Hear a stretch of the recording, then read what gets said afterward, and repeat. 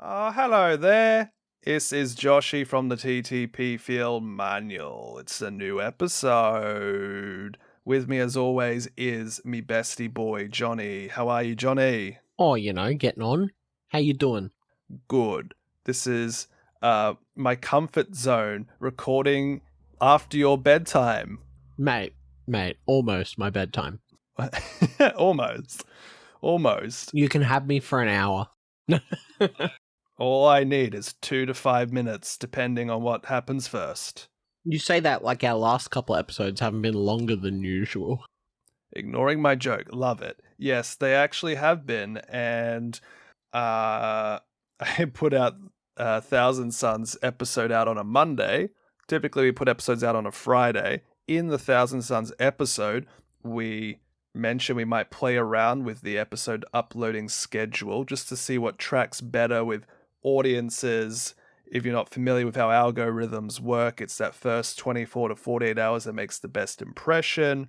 Maybe releasing on a Friday, we're not sure, could be hampered a bit by people doing things on the weekend. We'll see. But it was a great excuse to take a couple more days to edit that episode.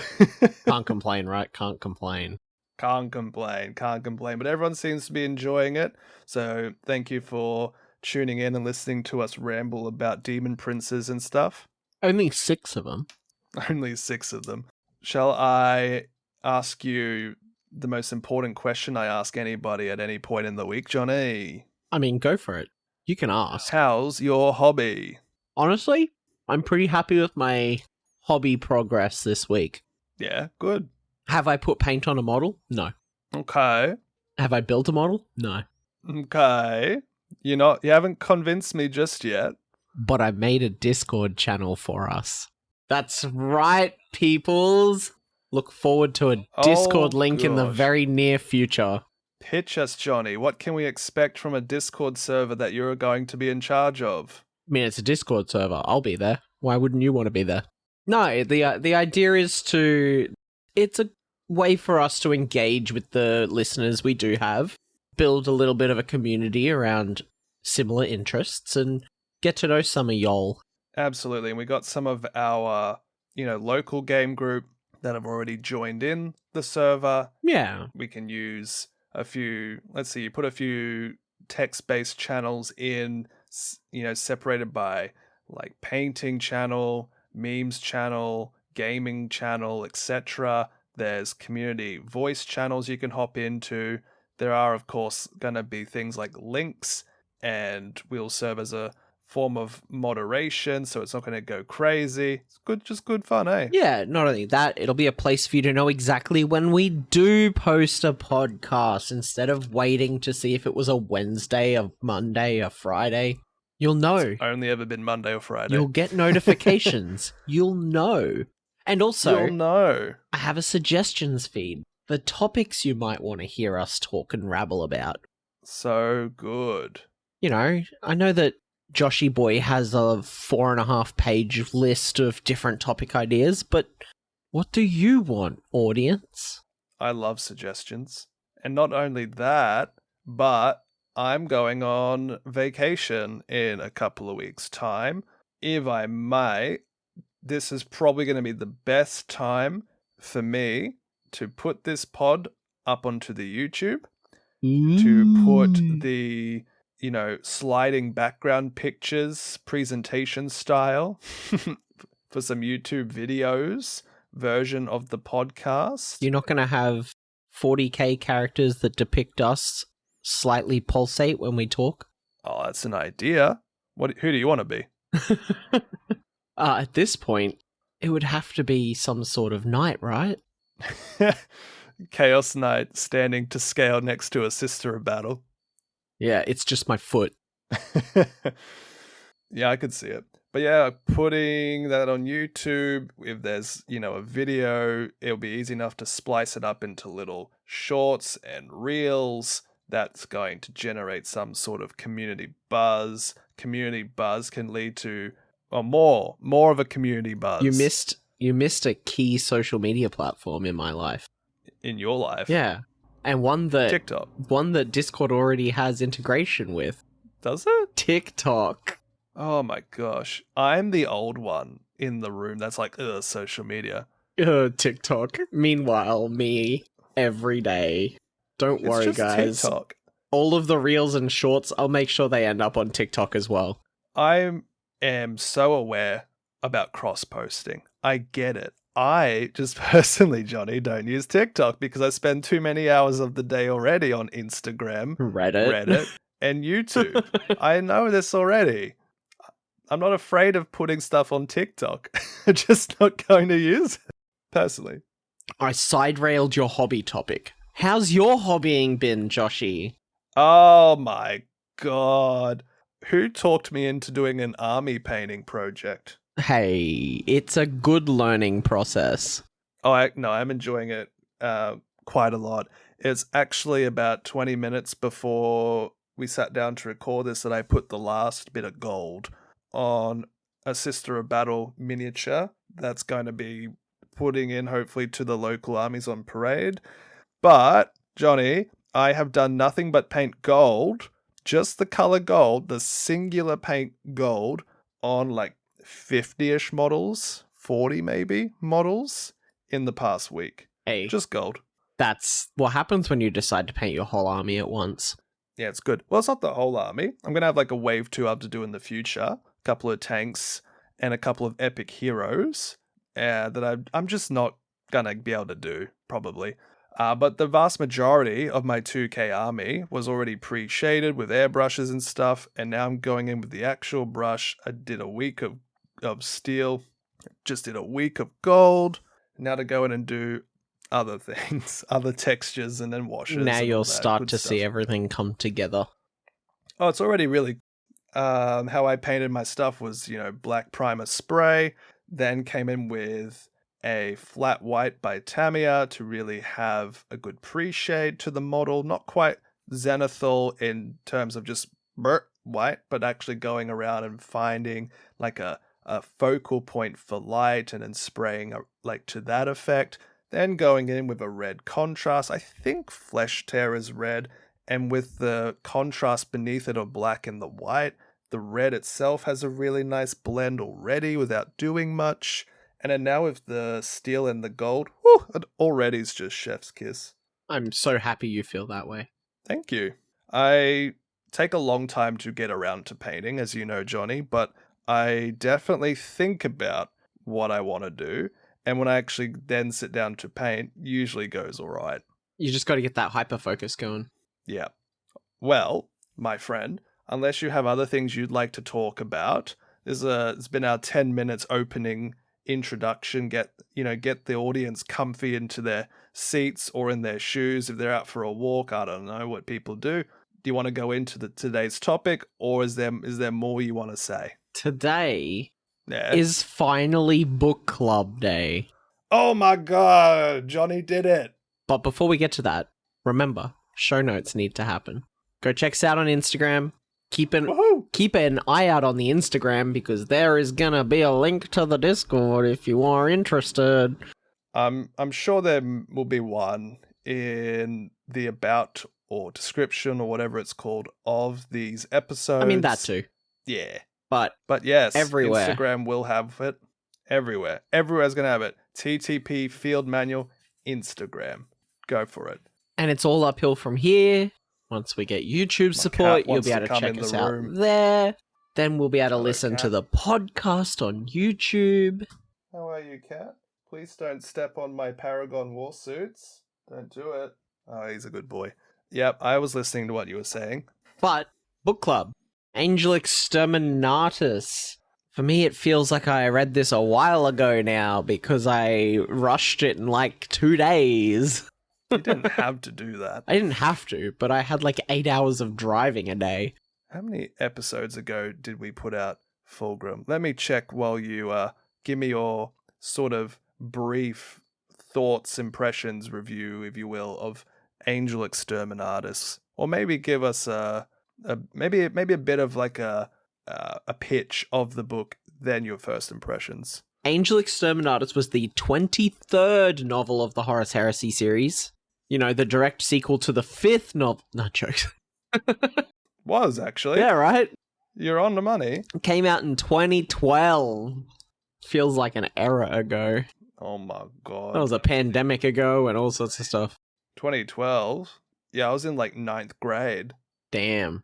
Damn. I forget how young you are some days. Not that much younger than you. This novel is an Iron Warriors, Emperor's Children crossover, featuring some other dudes on the side, because they have to find a way to get the Imperium of Man in there somewhere, right? Yeah, right. But the short story of it all is, Fulgrim comes to his brother, Perturabo, with a tale of the angel Exterminatus, an Eldar weapon from an old age that will help turn the tide of battle for Horus and the traitor legions, although they don't like to refer them to themselves as traitors. Yeah. Specifically in this book. There's like one point where one of the Iron Warriors is like, you know, the loyalists got away. And Perturabo's like, don't call them that. Where are the loyalists? Nah, but the whole plot of the book is Fulgrim has asked Perturabo to help him get through whatever defenses are guarding the Angel Exterminatus so that they can claim it in Horus's name as a cache of weapons that will help turn the tide of war. It's just a demigod twink. Ick. I'm not wrong there, am I? If you came to this straight after Fulgrim, which I did, Same. you see a lot of the recurring characters in the Emperor's Children, but they got twisted real quick. One of the few standouts of this novel for me was it's not set far behind Fulgrim, but it is... They are lost deep, dude. Yeah, they went deep, alright. I personally believe the Emperor's Children fell the fastest and enjoyed the whole fall. Yeah, it's a bit unnerving, isn't it? Like how they describe the cultist processions around the Emperor's Children, like when they first come onto the scene in the opening chapters. Like the Iron Warrior's like, are you seeing this, boss? And Perturabo's just looking at him with rose-tinted glasses, like, how bad can it actually be? Yeah, until he sees it for himself. And even then, all Perturabo wanted the whole time was a bro. It's actually really sad. You hear a lot of the memes about Perturabo that go around and how he was kind of just a bit of a douche. But he's just the lonely brother that no one wanted to play with because he is very autistic. Yeah, he doesn't play well with others, but he really wants to play well with others. But in his mind, no one's worth playing with. But then as soon as someone's like, hey, I actually think you're pretty cool, he's like, I'll follow you into hell. Let's go. I will do anything for you. I would die for you. Like, isn't one part of the book him reflecting on how, like, Horus complimented him? Yep. And the efforts he's done for the Great Crusade, you know, doing the worst wars, going to the craziest conflicts. Then by the end of the book, he's like, Horus is the only guy for me. That guy. He gave me a compliment once. Speaking of Horus, at the end of Fulgrim, he met with, we're calling him the reflection of Fulgrim, the possessed version of Fulgrim, where he has a bit of an ego death after killing Ferrus Manus, and the funky voice in his head reveals himself to be a demon, and he takes control of Fulgrim. Essentially, in between that book and this book, there is one of the many novellas and short stories in the Horus Heresy because of all the, like, ebook subscription weeks and compilations they put out over the years. There's one called The Reflection Crack apostrophe D, weird name. And the too long don't read about it is that between Fulgrim and AE, a lot of the Emperor's Children, like, Inner Circle, like, that's not really Fulgrim, is it? And they do this big old scheme to subdue him, to, you know, basically excise the demon from his body. But at, like, some point during this, Fulgrim does manage to wrestle control back, and he just kind of, like, lets them as a bit of a, oh, I love you guys, good job. And also just to test them to see if they could do it. Yeah. But by AE, it's Fulgrim again. Like it's just definitely Fulgrim, and he's still this twisted, but in like maybe a more cunning way, you know? Yeah, there's definitely an intelligence behind the strange things he does. The behaviors are very frivolous and theatrical, but you could definitely see that there's a deeper plot behind it all. Yeah. Should we do our personal like quick reviews, then maybe have a brief breakdown of the 3-act structure of this novel, and then maybe talk about like some of the characters? Yeah, let's do it.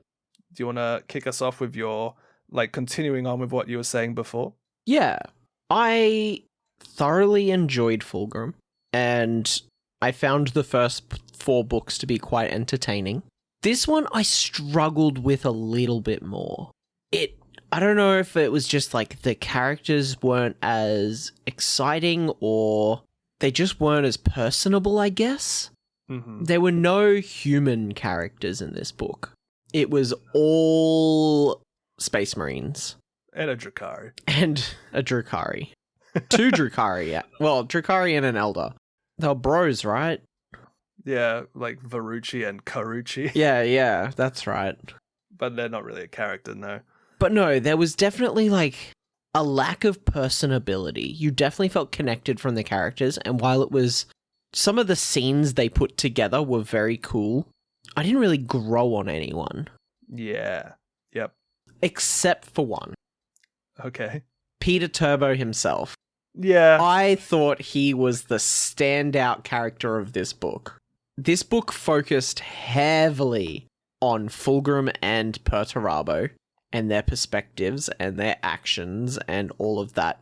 But yeah, like there was some really cool juxtapositions between the very stoic, solid, regimental Iron Warriors and the completely batshit crazy Emperor's Children who have completely and utterly lost themselves to the Lord of Excess.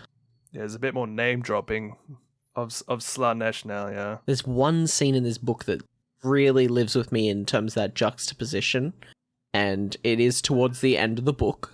Yeah. It's when the souls of the dead are waking up, eh?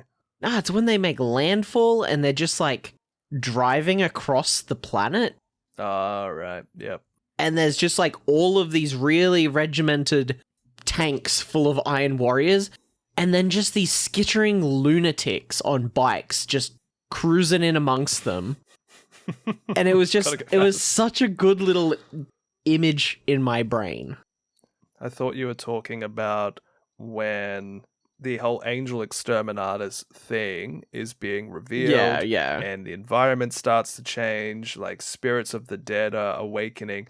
And the real fortified Iron Warriors, we'll talk about their fortifications, it's cool, are just watching the Emperor's Children just kind of like lose their minds, but like against each other. Yep.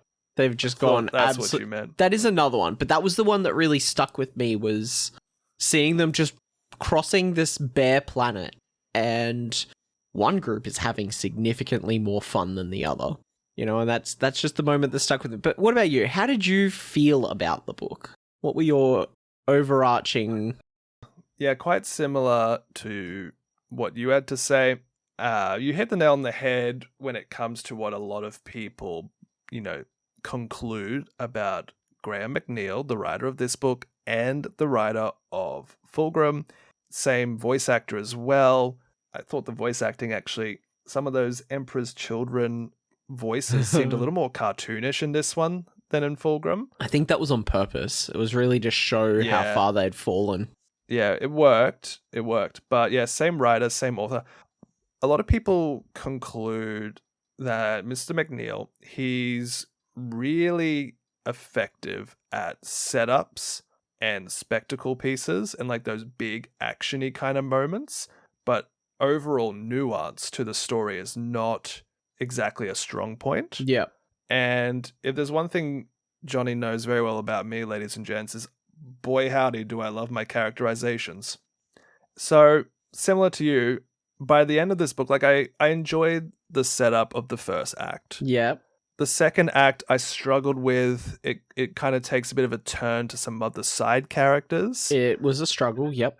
Yeah, the third act comes, full circle, but it ended before I'd found my interest in anybody. Like, again, like from the start, where they're all introduced and they do their, big intro moment, like, I am here too, Yeah, yep. I didn't connect with anybody. And that's something I've struggled with in some other Horus Heresy products. Well, not exactly products, but stories is the Space Marines themselves. Some of them are really personable, like Garviel Loken in the opening trilogy. But not many people in this book had that. There was like little teasers of it in some of the side characters, but I can't even remember like the personalities of the Iron Warrior Inner Circle. I can only remember the Emperor's Children Inner Circle because they are different flavors of crazy, and it's described that way. Very thoroughly. Yep. But I agree, Perturabo steals the scenes, but that's also like interesting because we don't really have anything on him as of yet until this book. And so it was nice to see that perspective. And I think even after, there's not a lot. He's one of the less represented Primarchs. He does have a bit of a follow-up saga, and at the end of this episode, I got a few notes on like where you can go next in this big saga to follow up on certain characters. But he doesn't really have much plot again until the siege. Yeah. Yeah. Should we have a little talk about, not necessarily like a step-by-step what happens, but a bit of a sort of talk over of the first act? Light spoilers. Yeah, like a light spoilers, what kind of happens in the first, they call it book one, but it's really just act one. Would you like to say, or shall I say? I mean, go for it. You can start us off strong. Brilliant. Cool. So something that's, starts every one of these books is a bit of a side story, like a very short story that if you pay attention, because it's a little vague, you realize these is actually the younger days of a Primarch. And the first one is Perturabo, and it's him climbing Olympia. this mountain. Yeah, he's climbing Olympia, but he sees the Eye of Terror like far off in space. Like his genetic curse is to always see the Eye of Terror warp storm in the galaxy. And that was a really effective like atmosphere setting thing. And then the rest is this sort of like battle recap, introducing the various Iron Warrior characters as they wait for the Emperor's Children to join them. As you say, the Emperor's Children bring the Angel Exterminatus together, and the two factions put together this really fun theatrical spectacle. The Iron Warriors like making a huge theater, and then Fulgrim goes full on theater kid and does this grandiose tale about the fall of the Aeldari and the Angel Exterminatus, but it's interrupted, isn't it, Jonny? Yeah, that's one way to put it. It's interrupted. Secretly, there was an Iron Hands and a Raven Guard just casually watching the play from a distance, and one of them's just like, I got a shot. Should I take the shot? Yes, he was. Sure, why not? And we get introduced to a Raven Guard that shoots Fulgrim in the head before making a desperate escape to get out of there before they're caught. I really liked this set piece. This was great. This was a very strong opening to the book.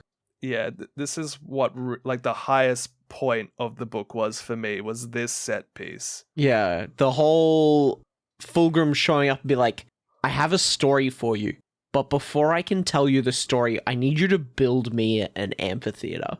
And then once the amphitheater is built, he's like, goes into this huge like play on stage about this whole Eldar subplot that happened centuries ago, and then he gets shot in the head.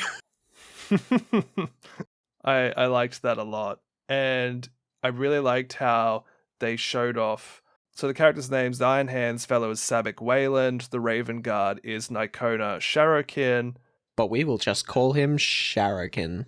We'll just call him Sharokin. The pair of them are survivors from the Drop Site Massacre Isfahan 5. also known as the Shattered Legion, because they formed their own little alliance of the survivors, because no one can relate to those that survived.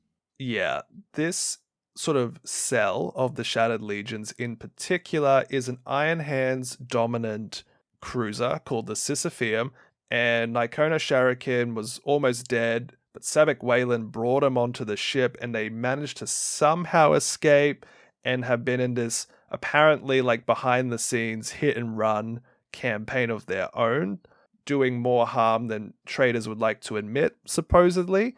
But now they're here. They're here as like this sort of revenge plot / keeping tabs on them, which I find quite funny that like the survivors of the drop site massacre are the ones here trying to have a go at Fulgrim, but nobody else is. Yeah, right. Like it's like two dudes. To wrap up this act, there is also the reintroduction of my man himself, No, who has this not this secret, secret subplot in this book. Mm, And I was always happy to hear what he was up to. so creepy, dude. Fabius is losing his marbles. Oh, he's not cool yet. He's not cool yet. He's not cool yet. He's just creepy. You can just see, he's very creepy, but you can also see how bad things are going for him. You've got him in one scene literally stitching the head of Eidolon back on and bringing him back from the dead. Because why the hell not? Because Slaanesh ain't done with you yet, boy. That was a reflection cracked plot point where Fulgrim decapitated Lord Commander Eidolon, first captain, because he spoke out of turn. And then Fulgrim, after putting his neck blood in all the wine, was like, actually, shouldn't have done that. That was a mistake. Fabius, Can you fix this? help me. Poor Eidolon. And then Fabius is seen, performing surgery on a Primarch to remove a bullet from his head that isn't meant to be there. Yeah. I like that Perturabo doesn't quite trust him to do it, but he's like, I can't do it. It's really one of those moments where it's like, he shouldn't be working on a Primarch when that's like two different species, but who else is gonna do it? What's another species to this guy, as we find out later? Yeah, right. And also, Fulgrim's like, my dude's got this. It's fine. Mm, I trust him. Don't trust Fabius Bile. don't do it. Act 2 takes us on another journey. As above, so below, as it's called. Very rare phrase. Never heard that one before. Yeah, I mean, you sure you don't want to hear the chant again? Which chant? The Unbreakable Litany? The Unbreakable Litany. I made you lose your crap the other day when I was like, I'm so done with hearing the Unbreakable Litany, and you're like, oh yeah. I'm like, do you know what the Unbreakable Litany is? You're like, no, what is it? Like, from iron cometh strength, or whatever. I was like, this. It's the one thing that I will say that I forgot to include in my first impressions. Like, I got so sick and tired of hearing the same little like egotistical like soldier pep talk stuff. Like, he was the shining. I'm just spitballing. He was the shining sword of the first battle ever. Or that guy. He is the loyal son, the first son, the stone son. It's like he forsaked the flesh because he's iron within. I'm like, shut up, move on, hurry up. Iron within. Anyway, yeah, back on. Act 2 felt longer than Act 1 and 3 put together. Yeah, right. Holy. It was definitely like a jump between different characters. There's Sharakin and a salamander bonding over their What you doing up in the rafters, boy? previous stuff. There's a whole bunch of stuff about the Iron Hands and Orok Brantham, who is a future dreadnought in stasis. He's one of their, like, big leader dudes who's basically on death's door, and they kind of just wake him up every now and then to ask him how he's doing and for advice. Like, he's a great example of what I meant before by I don't connect to any of these characters. Like, this guy's meant to be, like, this ship's captain that died in battle, but he wasn't even in the last book. Yeah. Like, he hasn't done anything. He's just, like, the book's like, here he is. He's dead, but he's, like, healing, I guess. And he doesn't even talk. Like, everyone's just, they're like, oh, he was such a good captain. Like, was he? I don't know. Right. And then there's this big fight. It's a good fight. This was a pretty cool fight, and they did the Star Wars thing. I guess this came before Star Wars, so Star Wars did the Warhammer thing. But like they did a ship fight when Perturabo found where the Iron Hands were hiding and the Sisypheum was hiding. And they went for a little bit of a siege. And Perturabo was like, nah, we probably shouldn't. But Fulgrim was like, nah, we're gonna board them. And it kind of felt like Fulgrim was forcing Perturabo to do the dumb thing because Fulgrim wanted to show off, is definitely how it felt. And boy, does he pay for it later. But we should mention, the reason that they find the Iron Hands is because of some guy named Thematica, which... I love this guy. This guy was probably one of my fun. favorite characters in the whole book, but all he wanted to do was kill a Primarch. He was trying to come up with this new technology that they could use to remove the enemy from the battlefield by basically swapping two components. He wanted to teleport things where they're not meant to be. You're a wall now. It's like, hey, this chunk of wall, that's where your heart was. Because your heart is now in this chunk of wall. Just swap the location of things. He's like, if I swap something with the insides of a Primarch, it might be enough to kill them. Yeah, but Freighter Thematica is written like the old grease monkey uncle from like your small country bumpkin town. Yep. Everyone's like, can you like maybe not do that? And he's like, no way, my son, it'll be fine. I'll do this and I'll do it really well. Trust and it's me. gonna be great. And you don't have anything to worry about. It's fine. Go play with your toys, kids. He lives our motto. He's the trust the process guy. Freighter, trust the process Thematica. But he attempts to an experiment by pulling a lot of electricity from the ship and kind of creates an electromagnetic signal through the warp that then alerts Perturabo of their location. And then Perturabo's like, let's just bomb them. Let's not even bother fighting them. Let's just blow them out of space. And Fulgrim's like, but where's the glory in that? I want to go kill them personally. Because he has a hard-on for the Iron Hands. He's got an iron hard-on. Oh, mate. He's boiled one of their arms down to a PP ring, probably. In amongst this raiding party, we do get a fight between Lucius and Sharakin. Good stuff. It was a pretty cool start to a duel before Perturabo just shows up. Quite literally. Just teleports in. Yeah. And then Sharakin's like, oh, peace. Oops, I don't have the Thematica gun. That's it. I'm out of here. But there was other people fighting first off, right? Certain Astartes warriors that makes Perturabo be like, oh, Fulgrim, what are you doing? Like, you're worse than I thought, Fulgrim. Yeah, there sure was. Who was there? There was some experimental people there. This is the first time Perturabo sees the Tirada, I believe? Yep. Yeah. You know, the experimental humans, the new humans of Fabius Bile's creation. We do get some perspective chapters of the most, like, mentally strong of these creations. They are a couple of Imperial Fist captains / soldiers that were captured at the very, very start of the book. I forgot about those guys. Yeah, what was his name? I have it right here. Nope, I don't have it right here. But there was a couple of Imperial Fist soldiers. One was a captain that gets captured by Perturabo as like a POW, but then gifts it as a prisoner.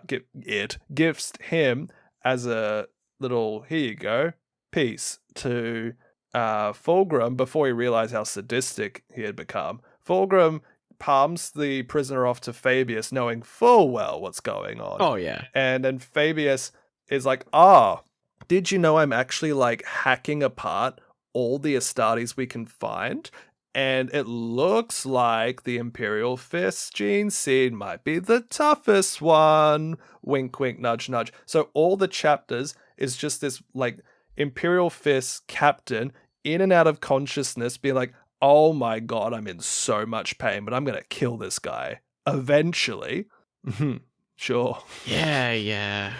There's some weird stuff going on in this book, especially surrounding Fabius Bile. And he's always just like, in every book he's in, he's just the creepy side character. It's like, this is a subplot within a subplot.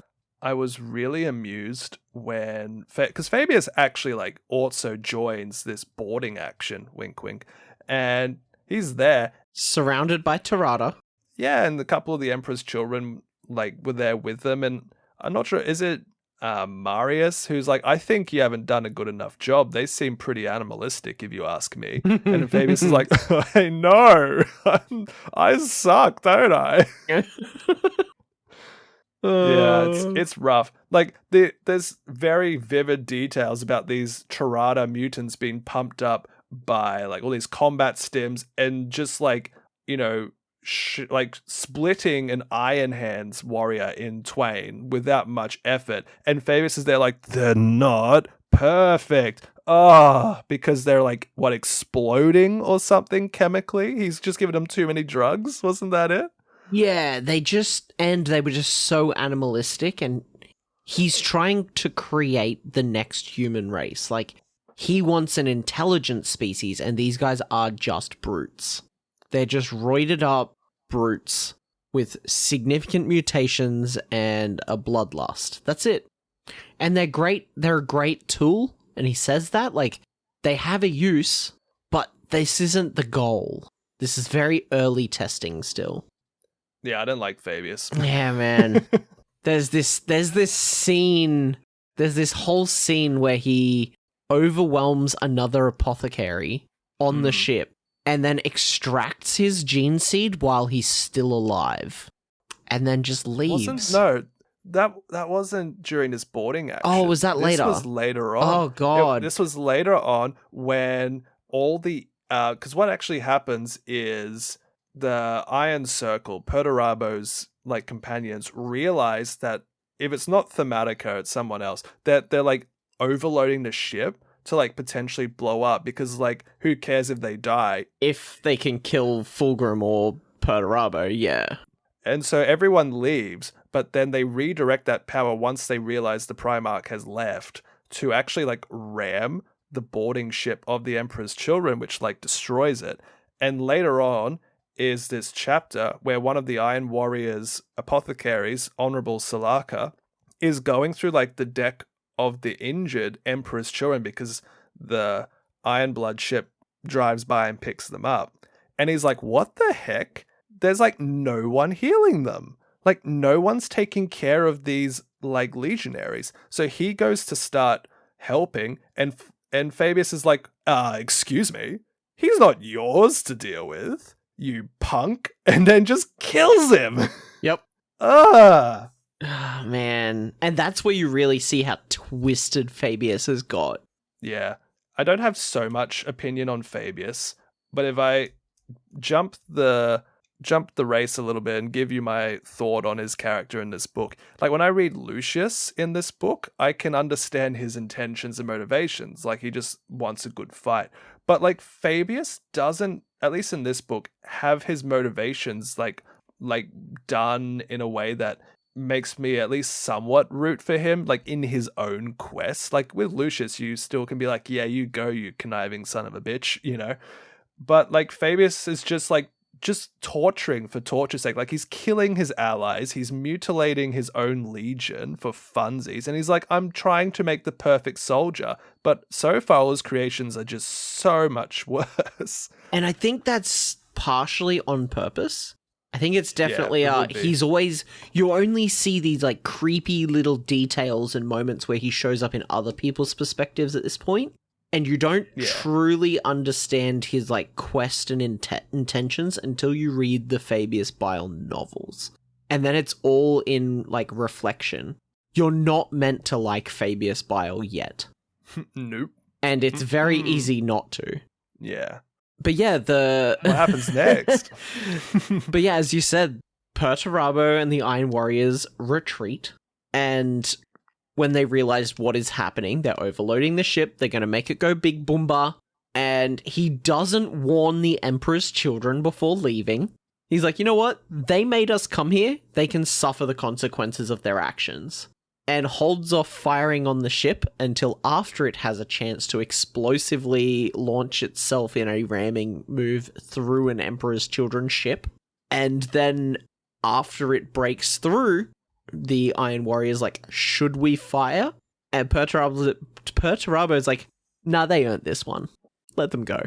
Which I think and it's like the... invites Fulgrim for toy time. And then he invites Fulgrim to toy time and smashes him in the face.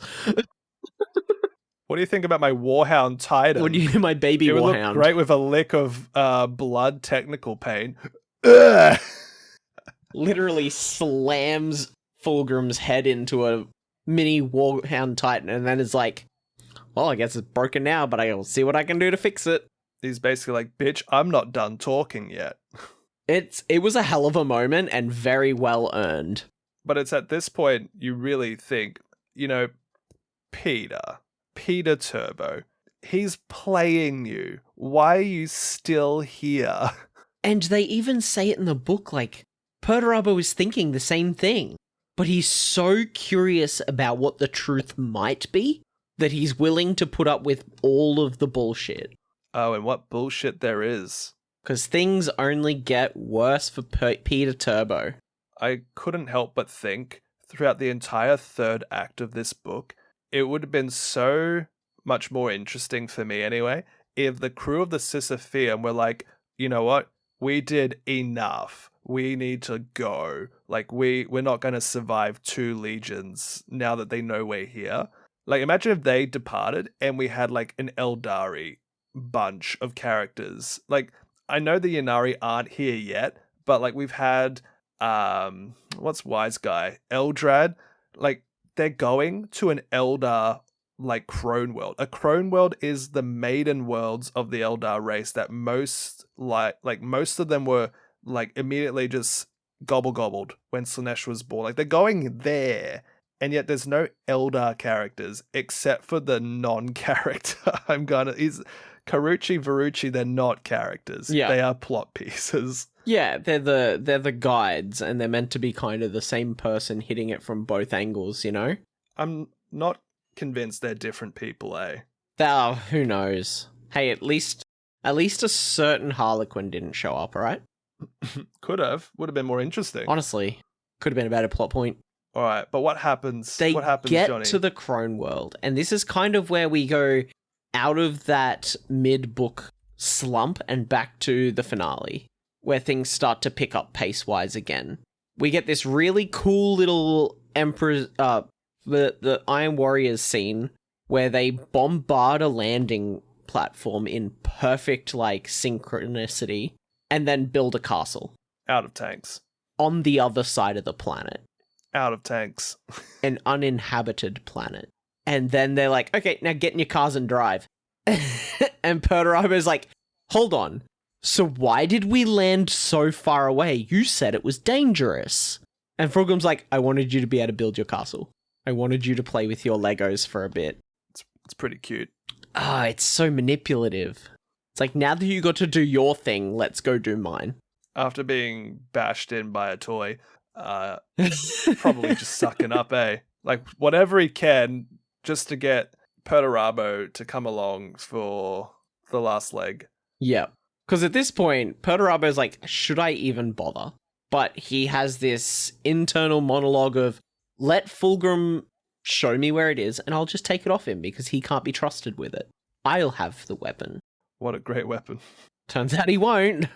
Nope. So after they trek halfway across the planet, they find another city that's been completely deserted, filled with weird gemstones. No, they're drugs, Johnny. And the Emperor's children are like, hey, they look snortable. And they start smashing and inhaling the drug dust, which is actually the souls of the Aeldari. Yeah. Yeah. They're spirit and so stones. their Slaaneshi Tain is like, oh yeah, that's a spicy line of coke. Somewhere in the warp, Slaanesh is hard as a rock. At the discovery of You so many souls. The Noise Marines are doing lines of Aeldari soul stuff and then spitting in Slanesh's mouth. Here you go, bitch. And Slanesh is like, yes! I love this. And then the whole planet is like, I don't love this. It starts to get a little rumbly. What if ghosts? What if ghosts, Johnny? What if ghosts? Turns out when you break open the soul stone, souls come out. All those statues that look very much like constructs of war, maybe a variation on a war walker, like a dreadnought, perhaps. What if they're functional and what coming if alive? Not statue and ambushing. What statue? I mean, they were statues, but now they're coming for you. Yep. It was fun. It was a fun little setup. Like, it was fun to sort of see both perspectives be like, what? The end of the book was cool. They did well. But yeah, then there's this like mad dash down to the center where the vault of the Angel Exterminatus is while fighting off spirits and war machines and each other because the Emperor's children are cray-cray. And they kind of go into a bit of a frenzy and start killing everything in sight, whether friend or foe. Yeah, this one was interesting. They insinuate that Julius Caesaron, the like main favored son of Fulgrim, like just starts this sort of orgy of violence.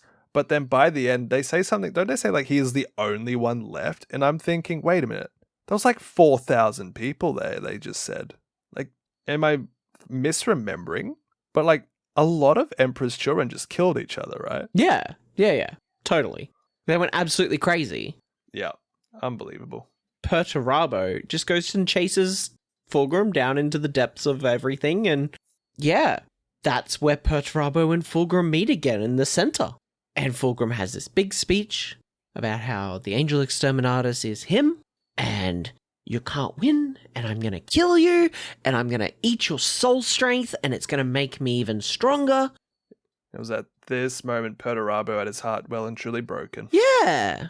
And it's at this point that he kind of gets the vibe that, oh wait, that present I got given right at the start is actually a bad thing. And it was all a setup from the start. Woof. Fulgrim hates people with the nickname Iron. He's just stone hard, right? He doesn't need iron. Well, but then something happens to him, and half his body turns into something else. I don't know if he can be stone hard anymore, right? Oh, there's like this. I mean, Slanesh finds a way. Without spoiling too much, there's this really interesting scene where you've got Perturabo like almost dead. You've got Fulgrim in all his strength. You've got Eidolon, who picks up a sword and just starts stabbing his Primarch over and over again. Yep. And then jamming these spirit stones into the holes. And right as they're about to put the last stone in, they realize Perturabo's still holding it. Spoiler alert. How could we have missed this? How could you have missed the best stone? And he's like, I'm gonna throw this stone into the depths of the planet, only for it to get snatched up by a certain bird. That was the stupidest Deus Ex Machina. Oh. I love Deus Ex Machinas, but the crew of the Sisypheum, because they got an Eldar leader as well, he's like, I know a secret way in. And they arrive here, and now, and a bird, like they're familiar, snatches the freaking stone out of the air, and then they're like, guess what, guys? The Imperium was here the whole time. But there's like not even that many of them. It's like just because a couple of them. Yeah, they bypassed the main forces because they went underground in the first place. So it's just the battle of the named characters. And that's definitely how it feels, as you got Verosian, Bombasta, Lucius, Sharokin shows up. You've got Branthan, you've got like all of these like characters that they had slightly introduced showing up at once. I don't think Branthan wasn't like brought to the fight. He was been talked to on board. Oh, that's still. yeah. Sorry, Branthan's the big boy upstairs. Bombastus. Bombastus is a dreadnought. Yeah, Bombastus is the dreadnought that is there. I was really rooting for him, eh? Yeah, sick name by the way. Yeah. Oh my god, dude! I was listening to that part of the book whilst like working out, and I had to like stop my workout, go like wash my hands and like get all the sweat and germs off to open my phone to go onto the wiki to be like, which one's Bombastus and which one's Barossus? Who am I? Like, who just killed who? Did the Iron Warrior die or did the Iron Hand die? Like, who died? Like, I was losing count of who was who. Like, early in the battle when the Emperor's children are, like, killing each other, like, one of the Iron Warriors, There's like, a lot of took this similar opportunity to, names. like, yeah, one of the Iron Warrior, like, higher-ups uses this opportunity to, like, betray his, like, advisor, who he used to have, like, the position the guy was in. And I'm like, who just died? Which one? Who? And then that's they it. keep saying, like, the Stone Rot, like, please, Stone Rot, help us out. But they keep also talking about a guy named Vulbron. I didn't realize until I opened the wiki before that it was the same guy.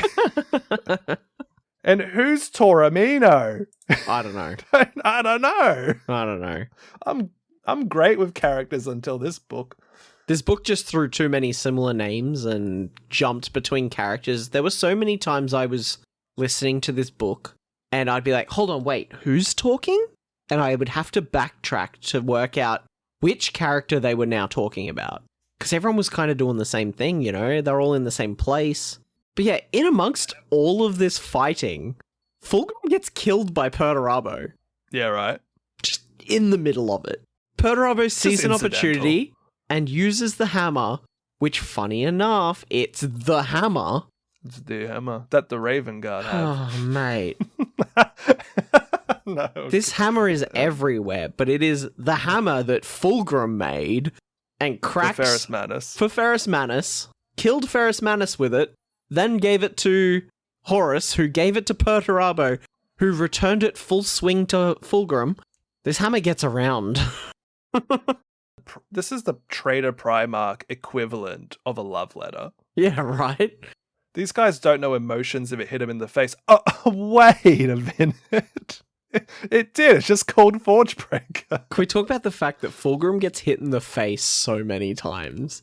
It's like 3 times in this book. He gets a bullet in the face, then he gets a Warhound Titan in the face, and then he gets his hammer in the face. I love that, like, the first 2 times, or no, like, the first time he gets shot, and Perturabo's like, he's not healing quite right. This projectile's nuts. And then he slams him into a toy, and then he's like, hang on a minute.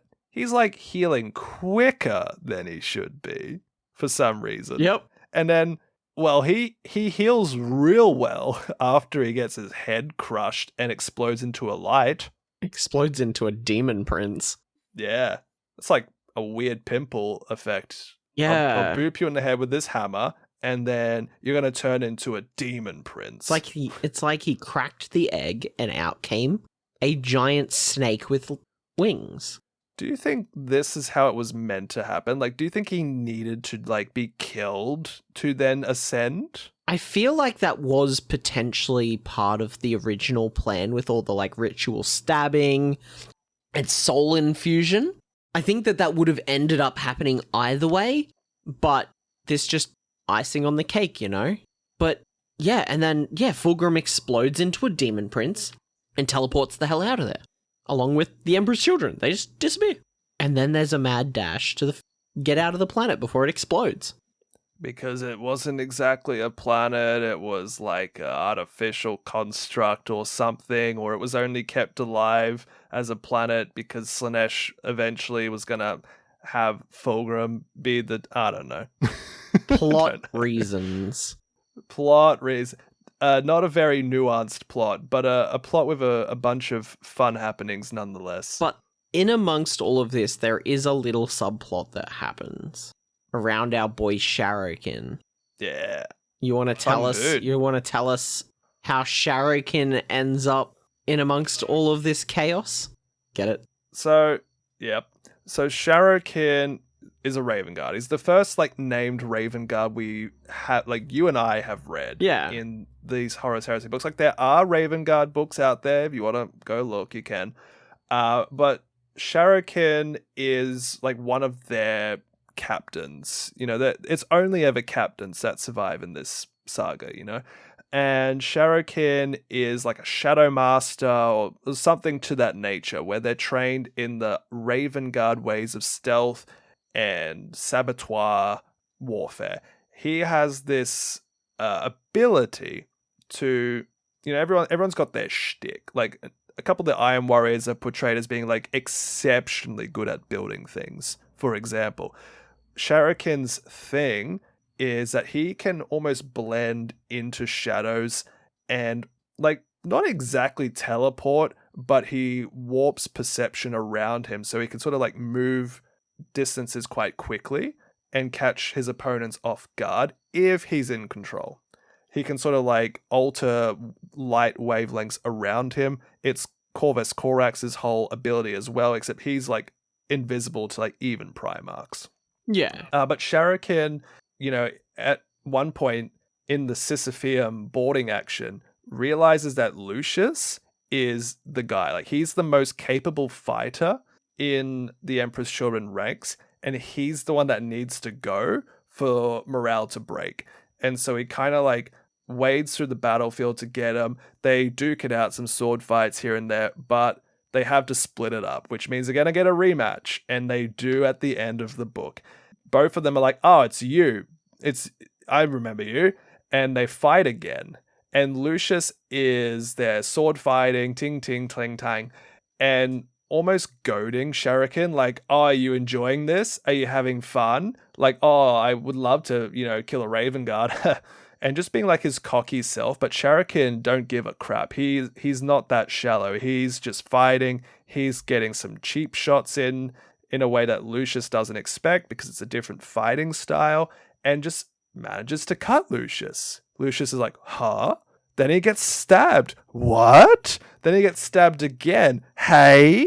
And then he goes to like whip him with like a secondary weapon. Sharakin takes off with a jetpack. Oh my god, he's so quick. Wait, where did he go? He's in the shadows. Huh? And then Sharakin kills Lucius as like not even double like impaled. Knowing who he is. Who cares? It's just like, you're a guy that has to die. You're a dog to be put down, quite literally. And just kills him. And Lucius is gone. Or is he? Lucius dies. Lucius dead. And while he's dead, the Iron Warriors evacuate. Yeah. The Loyalists get the hell out of there.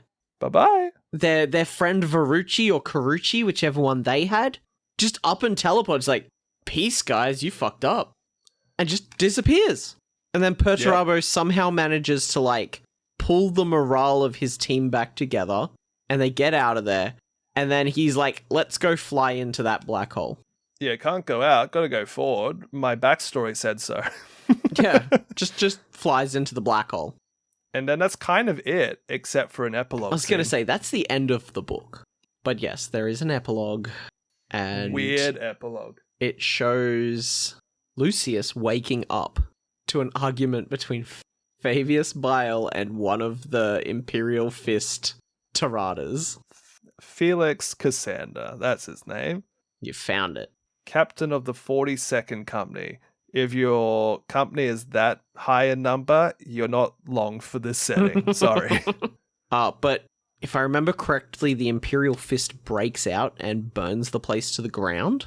Like, sets a fire off in the laboratory. Something to that effect, yeah. He wreaks a lot of havoc. Yeah, he wants to, like, destroy the Imperial Fist gene seed samples so that Fabius doesn't have them and gets, like, all bar one or something. Yeah, and Fabius is like, Lucius? Yeah. Help me! Help me! And Lucius is like, why? This ain't my fight to fight. And he picks up, like, after it's all said and done, he picks up a canister that's like DNA tube. And it just, like, it's Honorable Salaka, the Iron Warriors guy that Fabius killed. Yep. But Jonny, his name's been scratched off. all it says is Honsu. Yep, that's right. Now, I told you the other night about what's the deal, but I have to now tell the audience. You do what's have the to deal. tell the audience what the deal is.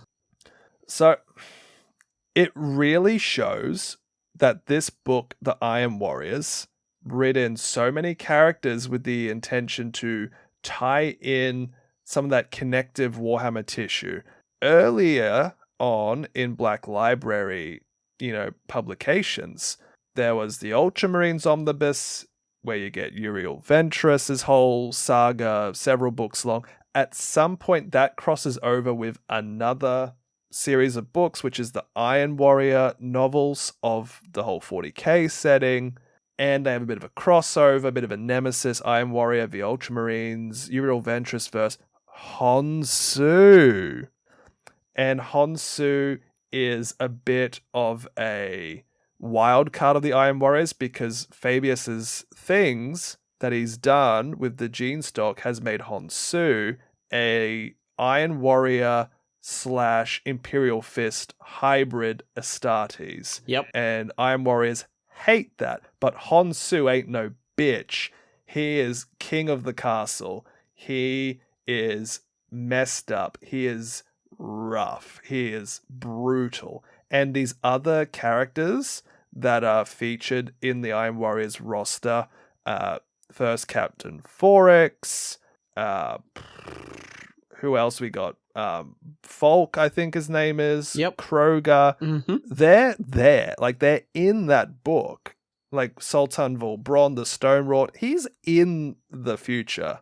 And so, if you've read those books, this whole time you're probably like, I know who that is. Honsu. Oh!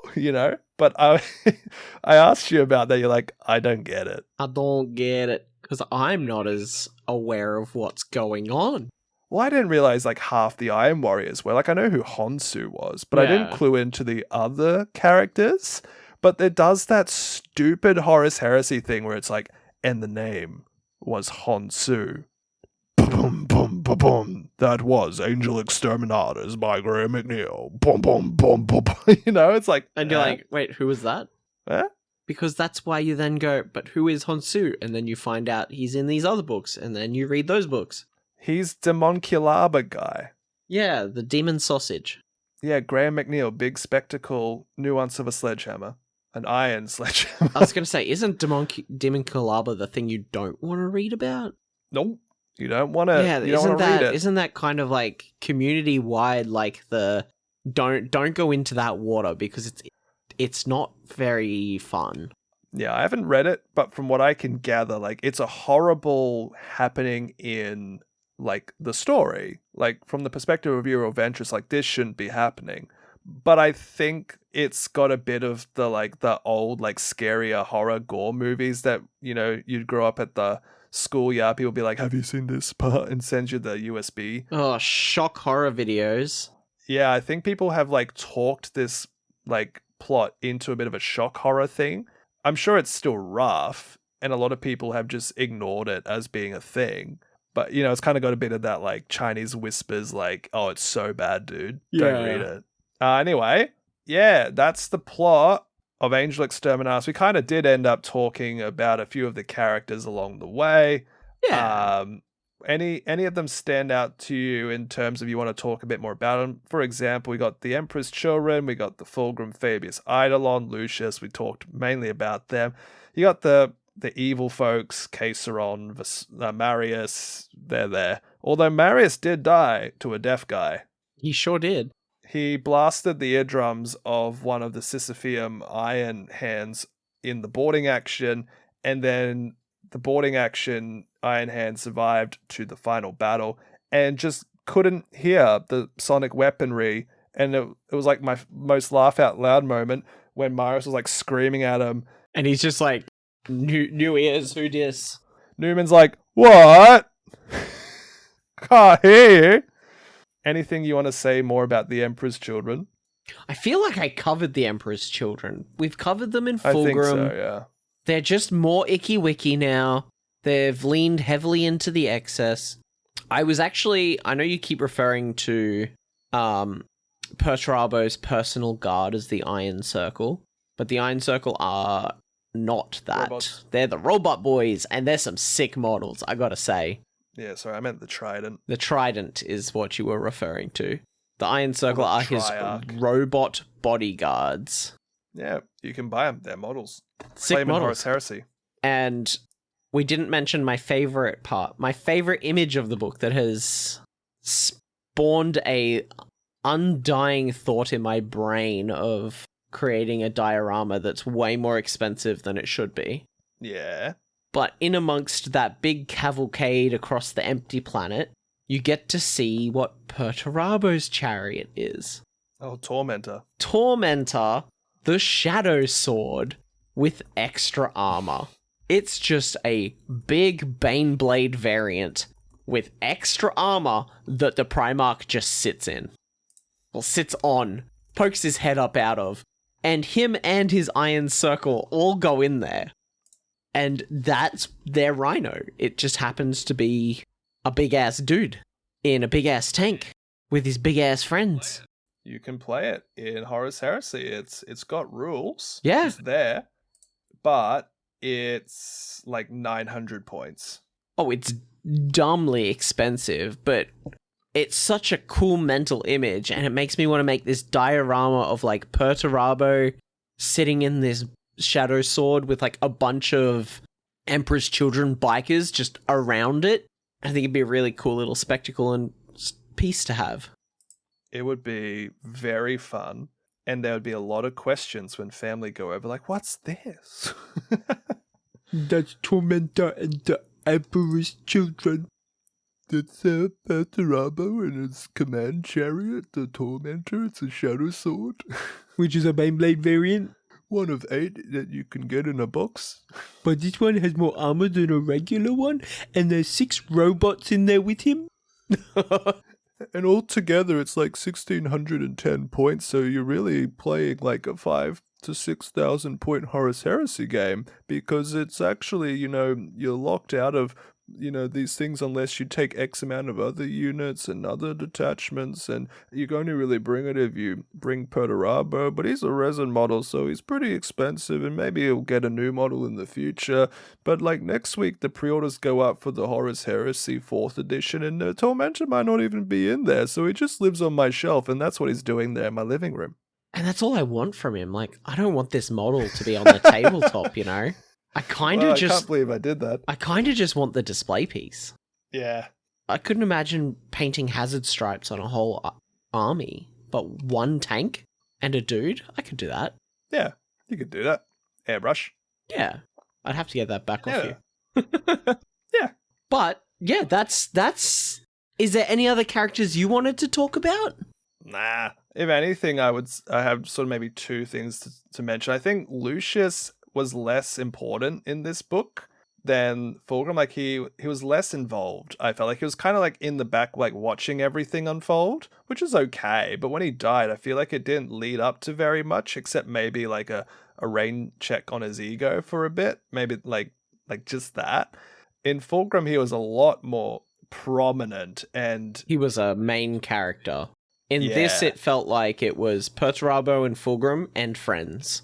Yeah. Like, Fulgrim and Perturabo were both fun. Yeah.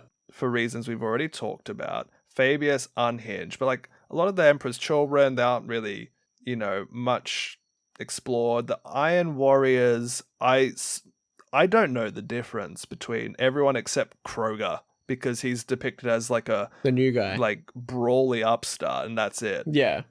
The Sisypheum crew, I enjoyed the main, like, quartet, I suppose, of Salamanders, Apothecary Tarsa, Sharakin, Wayland, and I want to say Thematica, but he doesn't actually go onto the battlefield.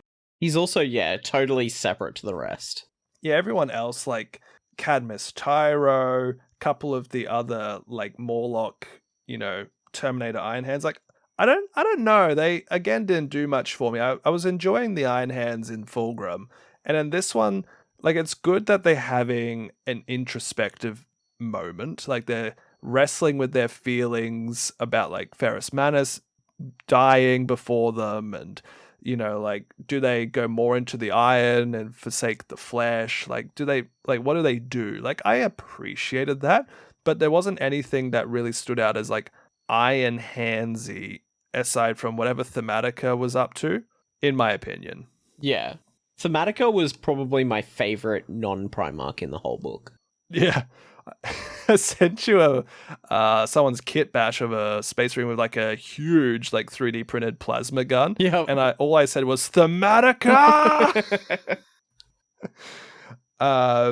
Should I mention where this book continues with various plot threads for folks that may want to know? I was going to say that. Let's quickly run through, like, if you did enjoy this book or you want to know what to think about next. Audible hopes you have enjoyed your purchase. Where would you go? And then we will have a quick chat about what the next book will be.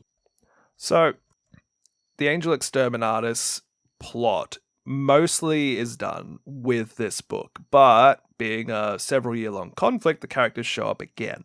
If you want more Iron Warriors in Perturabo, I would recommend Tallarn. Tallarn is an anthology of stories on the world of Tallarn, which is a huge Iron Warrior theater of war.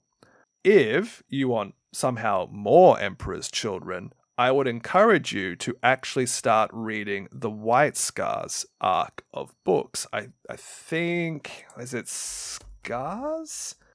Scars Warhammer book? Yes, it is called Scars. That's book 1.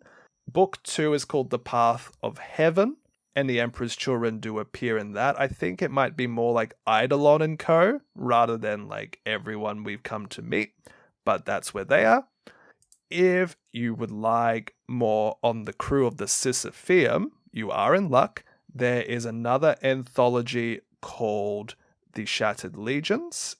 It combines further stories of the crew of the Sisypheum, but also is more of a spotlight, I should say, for the sort of de facto Iron Hands leader throughout the Horus Heresy called Shadrach Meduson, and his sort of guerrilla conflict with the Sons of Horus.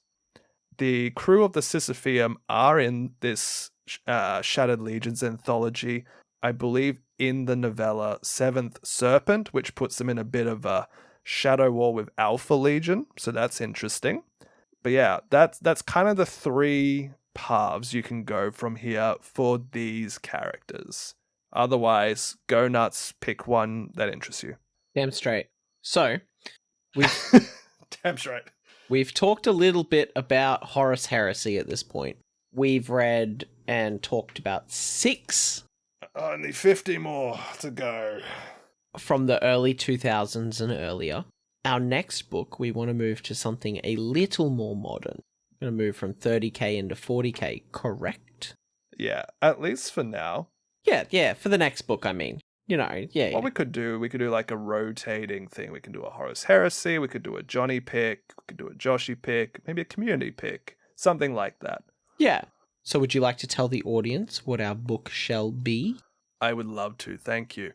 I'm being selfish. I've picked the book. It is going to be Requiem Infernal by Peter Fehervari. I hope that's how it's pronounced. It is one of the loosely connected Dark Coil novels. I believe Requiem Infernal is part of the Warhammer Horror imprint. If it's not, it still has a bit of a twisted, supernatural-esque vibe to it. It is primarily a Sister of Battle or a Sororitas novel, wherein a Sister Hospitaller goes back to her homeworld to escort a very injured mob of Militarum soldiers back to her sort of convent of other Hospitallers for healing. However, on the world, not all is as it seems. Something has happened. There is, witchcraft and the like afoot. Have you started it yet, Jonny? I haven't, because I refused to until we got this episode out. Aha. I would like to pitch you a bit further that I have started it. It's not a challenge. What I was going to say is this book actually has an interesting premise by having 2 voice actors. We have a female VA that the name escapes me. 1 second. But she has done some other Black Library stuff before and some other novels that I happen to have listened to, I think. And she does a very good job. Let me just quickly bring up her name. Emma Gregory? That's it. Emma Gregory. She is really good with her voice acting. She's got a lot of different tonations, lots of great, emphasis in words. But there's a second voice actor who's got a really deep, almost unnerving voice. And the VA cuts in to Emma Gregory when there are like voices in the head or heretical text talking to the character, like a warp book, and there's a lot of like cutting in and out of like different voices in the head and in the warp, and it's a bit spooky, let's say. It's been fun. Yeah, no, that sounds like a blast. Mate, we've done it. We've talked about the thing. We have done the book club. Several things. I've talked a lot in this last bit. Do you have any thoughts you've been holding on to? Hey, not at this point. I've done my talking too. I think we're just about done here. Rather straightforward book, actually. Yeah, so y'all know what to do by now. Go onto the Instagram. Look out for that Discord link. Come and say hi. Oh, I do have one last question for you, actually. Oh, yeah? What would you give Angel Exterminatus out of 10? And what would you have given Fulgrim out of 10? I would give Fulgrim like a 7. Okay. Yep. But Angel Exterminatus, I gotta give it like I'd probably say like a 4 or 5. Yeah. I'm like 1 digit off for you, yeah. I really, really wanted to like this book. I was so excited for an Iron Warriors book and getting to learn something about Perturabo, because, spoiler alert, I'm an Iron Warriors boy at heart. I based my Chaos Space Marines off of an Iron Warriors successor, or warband. I think Perturabo is cool, and the bits that were good were really good. There were some very stellar moments in this book, but it was a hard one to get through the middle. That's about all I've got to say for Angel Exterminatus, Flesh and Iron. Yep, I gave it a 6, but I would probably be actually closer to a 5 if I was reviewing this as like a book and not like one part of a larger whole. And that's it. Like, I was really trying to think about this as a novel as opposed to this as part of the story. I think as part of the story, it's probably better because it seems like a pretty big moment with the transformation of Fulgrim, kind of like the way that Perturabo kind of takes a bit more of a backseat and disappears for a bit. But yeah, no, the actual book itself doesn't hold up at the moment. Nah. Its age is showing. All right, mediocre reviews from us. Fulgrim better. Got it. All right. Still glad I read, though. Yeah, of course. It was a good time. Yeah. Just a 4 Brilliant. or a 5 sounds bad, but still worth the read if you're interested in Fulgrim's story and how he fell. This is a good part of that story. Yeah, I really enjoyed it for that, having a recent Emperor's Children fixation with the new 40k range. That was very, very nice to peel back that curtain. Yeah, but just expect us to stay away from the Emperor's Children for a little bit. Yeah, bye, angels. Let's go see what some other Emperor's people are doing. Children's. Let's see what schizophrenic sister battle's up to. Oh, God. Oh, God. Sorry. Cool. As Johnny Emperor. said, Discord. Oh, Emperor in my head. As Johnny said, though, Discord. Instagram. Links. We just told you the next book club. Instagram, Discord. How many times do we have to say it? I don't know. Shall I close us out with a quote from Mr. Peter Turbo himself, Johnny, and we'll stop the recording? Sure. Well, all right.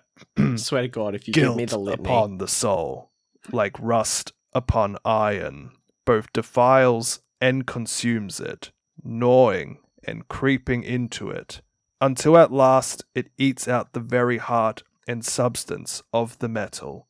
But if all the world hates you and believes you wicked, while your own conscience absolves you from guilt, you will not be without friends. That's cute. Gosh, he could have been a poet. All right, everybody. Thank you. Good night. Goodbye. Good day. Bye.